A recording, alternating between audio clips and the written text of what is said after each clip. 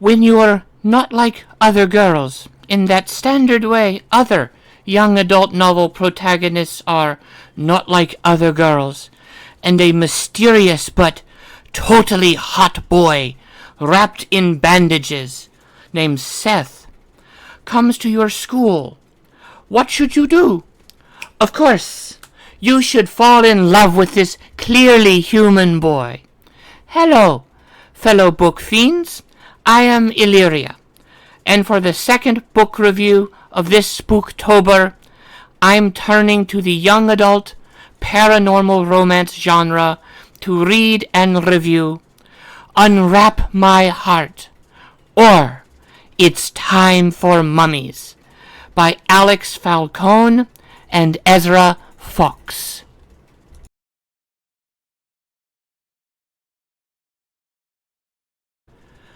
I first learned of this book when I happened to stumble upon Ezra Fox's TikTok, where he talks about a desire to have a paranormal romance with mummies, since every other monster became the love interest for a teenage girl. When he couldn't find the book, he and fellow comedian Alex Falcone wrote it. So, we have our protagonist, Sophia, who is just a normal high school girl, worried about getting her homework done and looking cool in the lunchroom, when he shows up. A devastatingly handsome new kid, mysteriously covered in decaying bandages and staring at her from the empty holes where his eyes should be. She thinks he's just a hipster. But is there more to this handsome stranger than meets the eye? Yes, there is. He's a mummy. We're not really making a secret about this, the writers say on the blurb on the back of the novel. The twist is, he's a mummy. It's a book about a girl who falls in love with a mummy. We've read young adult books about teenage girls unknowingly falling in love with vampires, werewolves, angels, demons like myself, fairies, mermen, warlocks, dreamwalkers, and trolls. Seriously, there was one about trolls. I haven't found that book yet, my fellow book fiends, but if any of you come across it, please, in the comments, tell me the book. I will read it and I will review it. The authors then say, it's time for mummies, damn it. It's time for mummies.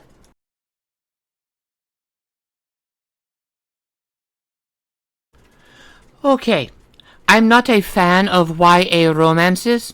I'm cynical and I'm old. So, I'm not the target demographic. Let's get that out of the way. Okay? Now, let's review the book. Unwrap My Heart reads like a book that was intended to make fun of a subgenre, but somehow managed to be a charming entry at the same time. Ezra Fox has said the idea was born out of all of the paranormal teen romances that boomed after Twilight, where the not like other girls protagonist fell in love with a supernatural creature, but somehow didn't know he was a supernatural creature because he was just so mysterious and LMG. Sorry, Lucifer, I invoked him. He is so hot. Honestly, that complaint is really why I can't read most YA paranormal romances. The tropes become so cliché way too quickly. And that's also a function of traditional publishing, capitalism, and the desire to turn a quick dollar by having every copycat get a deal to get a piece of the pie. Yes, we are agreed on that. So, I will say this though. This intrigued me. I mean, how could someone not know? The love interest was a mummy. He is wrapped in decaying bandages. The first-person narration even tells us that she recognized that. His eyes were black pools and hollow. Okay, so he didn't have eyes, he just had sockets with the occasional bit of flame. So, how did she not know? So many things would give it away, but through the magic of genre tropes and formulaic plots, it happened. And yes, that's part of the book's central premise. Let's illuminate how silly all of this is. And the book was funny. I really don't find a lot of rom-com novels to be humorous enough to make me laugh out loud, but this book did.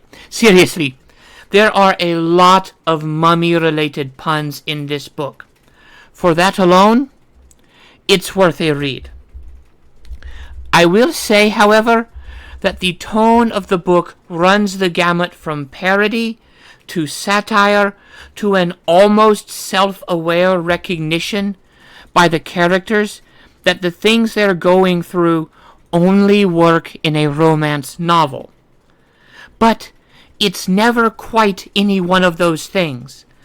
And for me, that's the book's major shortcoming. The authors set out to write what they felt was lacking, a YA paranormal mummy boy romance. And they also wanted it to be humorous. They are comedians, after all. But, unfortunately, they never seemed able to settle for a consistent tone. The authors are comedians. That explains the humor. But any plans to either be full parody or full satire did not come across as fleshed out or as intentional as the authors may have liked. But, in all fairness, it was still funny. I really did like the humor. I will say there was one joke lacking.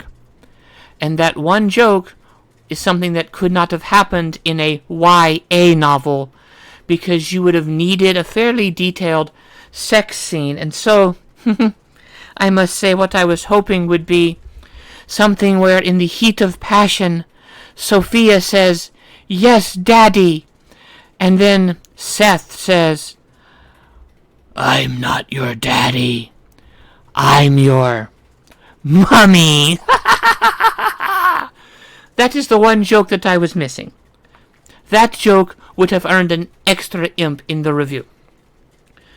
So, that said, the plot and the characters are your stock cliches, but they are consistent throughout in their presentation. The plot is a series of YA paranormal romance trope greatest hits. There's the meet cute as the mysterious new boy is introduced to the class. We ignore the 1,000+ year age gap, and then there's the love triangle with a childhood best friend who feels he has ownership of the main character. Now, Falcone and Fox do use their comedic skills to point out the stupidity and problematic nature of many of the tropes common and often critiqued in the genre. And I'm sure that will probably rub some readers who are devoted to the young adult paranormal romance drama the wrong way. But here's the thing. Their humor is never mean-spirited toward the reader. They don't make fun of you for enjoying the genre. They illuminate some of the problems with the genre. Such as, the 300+ year old vampire with a much younger human woman. Look, a 300-year-old vampire and a 30-year-old human woman still has big differences in age, in knowledge, and in experience. When a vampire who is more than a century old starts prowling high schools for teenage girls, that's kind of problematic, no? For most of us, that's not sexy, that's pedophilia. The book holds the tropes up to ridicule in a way that hopefully both readers and writers can enjoy. It brings to light some of the problems, some of the things that we sort of just go, oh, it's fiction, don't worry about it. But perhaps they illuminate things that maybe we should have conversations about, to make sure that younger readers who find these books don't think, oh, much older man going after teenager? Perfectly fine. Because no, it's not. So, I really do think their humor does serve a point that is warranted, and I do enjoy most of it. Also, I will say this. There is one thing I've noticed in a lot of paranormal romances that Falcone and Fox continue. My favorite character in this book is Sophia's father. I've noticed I tend to like the dads more as characters and people than almost anyone else in YA paranormal teen romances. Alice Cullen being the exception. Alice, if you're hearing this, you are free to go shopping for clothes with me, and I would love for you to plan a wedding for me, because you have immaculate taste, yes? Anyway, Sophia's father is a total himbo. He has a good relationship with his daughter, and you can feel genuine love between them. That's something I noticed with Twilight, even with, Carlisle Cullen, with Bella Swan's father, Charlie, with even creepy I imprint upon your newborn daughter, Jacob Black's father. His father was a pretty cool guy. Pretty funny, too. So, it seems that a lot of the big YA romances get that dads don't have to be the bad guy. You don't have to have quote-unquote daddy issues to go after the supernatural creature. Trust me, I know. I've been around long enough. Overall, the book isn't great. As far as paranormal romances go, it's an average entry into the genre. But it's funny, it's insightful, and it makes fun of a genre that has more than its fair share of problems those who love it and those who write it often willfully ignore. It won't change your life, but it will make you laugh, yes? Since it's written by comedians, that means it's doing its job. And so, it is a good book, an okay romance, and quite the funny comedy. Such, I give this book 3.5 imps. Overall, the book isn't great. As far as a paranormal romance goes, it's average, but it is funny, and it is insightful, and it makes fun of a genre that has more than its fair share of problems, that those who love it and those who write in it often need to ignore. It won't change your life, but it will make you laugh. Since it's written by comedians, that means it's doing its job. And as such, I give the book 3.5 imps. Thank you for joining me, my fellow book fiends, for this review. Next week, I will tackle a gaslamp fantasy that has been on my TBR pile since it was released. Susanna Roundtree's Werewolf of Whitechapel. If you enjoyed this video, please like, share, and subscribe. And as always, comment with books you would like for me to read and review. As Halloween approaches, may your nights of pleasurable reading grow longer.